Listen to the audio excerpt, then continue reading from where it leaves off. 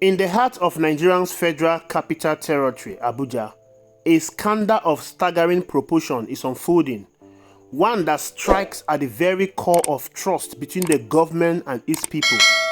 Wike, the minister of the FCT, has been exposed for orchestrating a brazen scheme to seize vast tracts of land from ordinary Nigerians and hand them over to his family and cronies.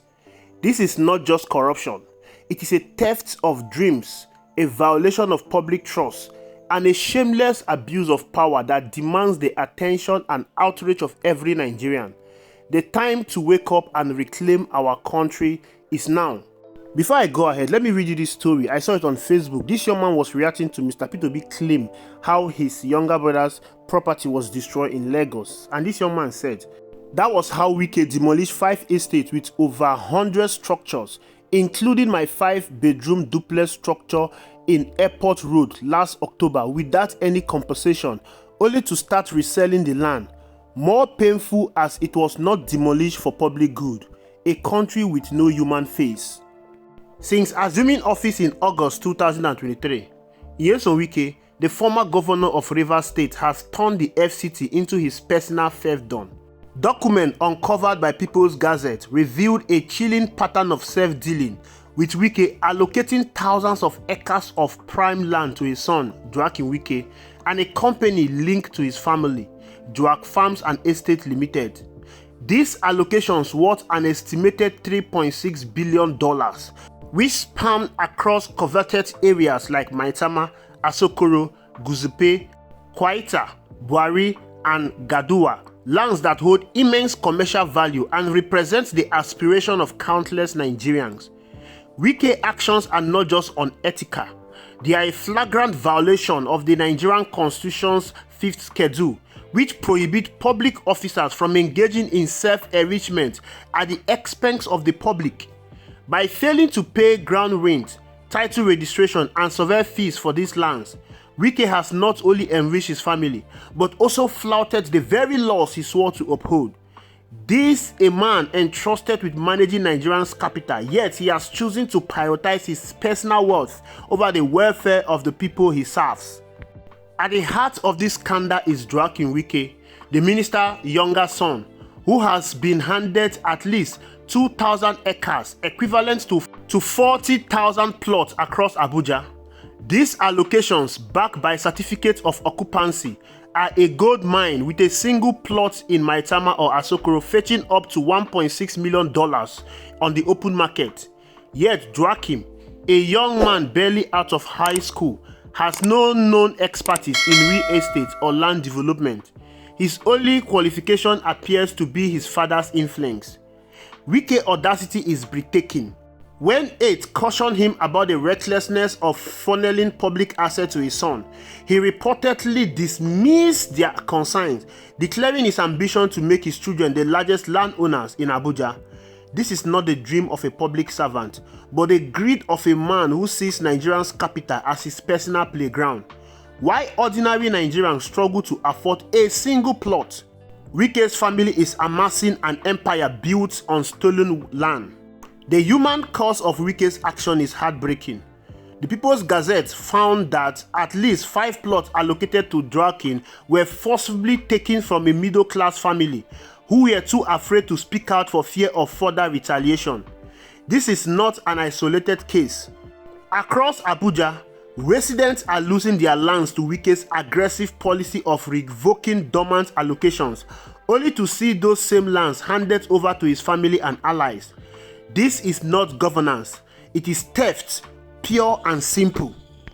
Wike's disregard for the people extends beyond land.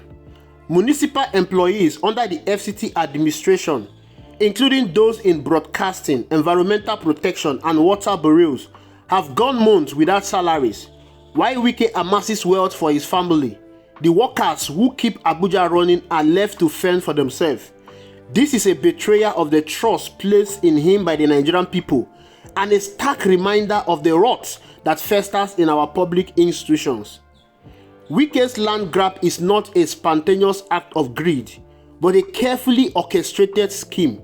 Documents show that Joke Farms and Estate Limited was registered on October 10, 2024, and within a week, Wike allocated 350 acres to the company. By February 25, 2025, he had approved 6 certificates of occupancy for lands across the FCT, with more allocations following as recently as May 30, 2025. The company's registered address is number 13 Taba Texas Street, Wuse 2. Is a known hub for Wike's business interests, further exposing the minister's web of fronts and proxies. Even foreign entities have not been spared. Wike reportedly seized land in Abuja central area previously granted to the Austrian mission, reallocating it to himself. This blatant disregard for international agreement underscores the minister's arrogance and belief that he is untouchable. Wike's actions are not just a personal failing, they are a liability to President Bola Tinubu's administration. A State House source has described Wike as a serious liability, noting that his reckless looting of Abuja lands undermines effort to address Nigerians' economic and security challenges. Yet the president appears hesitant to act, wary of creating divisions within his ranks ahead of a looming general election. This indecision allows Wike to continue his plunder, emboldened by the lack of consequences. Nyesom Wike's land grab is more than a scandal. It is a wake-up call. For too long, Nigerians have watched as those in power exploit their positions to enrich themselves, while ordinary Nigerians struggle to survive. Wike's actions are a symptom of a deeper disease, a system that allows the powerful to trample on the rights of the powerless. But this is Nigeria, our capital, our land. We cannot stand by while it is stolen from us. Anti-corruption campaigner Patience Okonkwo called Wike's action unconscionable, urging an immediate probe into land administration under his watch. She's right.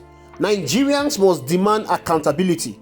We must call for a thorough investigation by the Economic and Financial Crime Commission (EFCC) and the Independent Corrupt Practices Commission (ICPC). We must hold President Tinubu accountable for reining in his minister and ensuring that justice is served. But investigations alone are not enough. Nigerians must rise through protests, through the media, through the ballot box, to reclaim our country from those who treat it as their personal piggy bank. Wike's arrogance is a challenge to every citizen who believes in fairness, justice, and the rule of law. We cannot afford to be silent. We cannot afford to be complicit.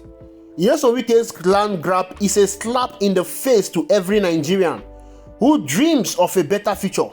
It is a reminder that power unchecked breeds corruption, but it's also an opportunity to stand up, speak out, and take back what is rightfully ours. The lands of Abuja belong to the people of Nigeria, not to Wike's family or his cronies. Let us unite in our anger, our resolve, and our determination to build a nation where no one is above the law. While we call out Nyesom Wike, we must not forget that Wike is not acting on his own. Wike was appointed by the President Bola Ahmed Tinubu administration to become the FCT minister. As a minister, Wike will never work on his own. Wike will never work without the knowledge of the president. Whatever Wike is doing in Abuja is under the full glare attention of the president. But like it is being stated, the president does not want to interfere in Nyesom Wike's atrocity in Abuja and even in Rivers State. Of course, I mentioned Rivers State because while Nyesom Wike is unleashing mayhem to the people of Abuja, he is also unleashing mayhem to the people of Rivers State. While as a governor, Nyesom Wike was reported to have taken lands belonging to the people and allocated it to himself. For instance, it is reported that the Hyper City Mall in Port Harcourt belongs to Nyesom Wike. The land upon which that project was built belongs to the people. It was not bought from the people. It was forcefully taken away from the people and used it for personal good. When Nyesom Wike was having issue with Fubara, the then local government chairman of Obiakpo took the land back from Wike and reallocated it back to the people. But since Bola Ahmed Tinubu declared a state of emergency in Rivers State and subsequently removed Fubara from office, that land has been retaken back by Nyesom Wike. Without Bola Ahmed Tinubu, there would have been no state of emergency in Rivers State. Bola Ahmed Tinubu acted in the interest of Nyesom Wike, the same way he is acting in the interest of Nyesom Wike in Abuja. The sole reason of the president acting ignorant in all of the atrocities being committed by Nyesom Wike is because the president doesn't want to create a crack in his rank ahead of his re-election in 2027. All President Bola Ahmed Tinubu cares about is 2027 re-election. He doesn't want the people to see that there is a problem in his camp. No matter how he tries to hide it, Nigerians know and understand that there is a serious problem in the camp of Bola Ahmed Tinubu.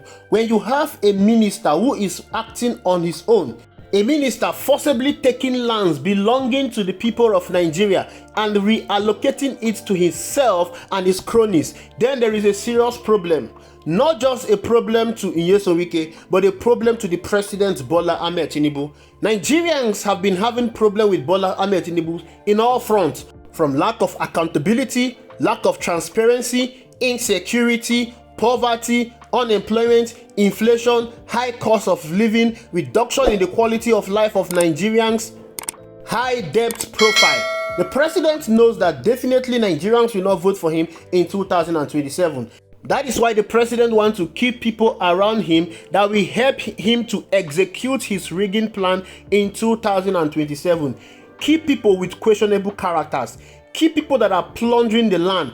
Keep people that are forcibly taking lands belonging to Nigerians and reallocating it to himself and his cronies, all because of election.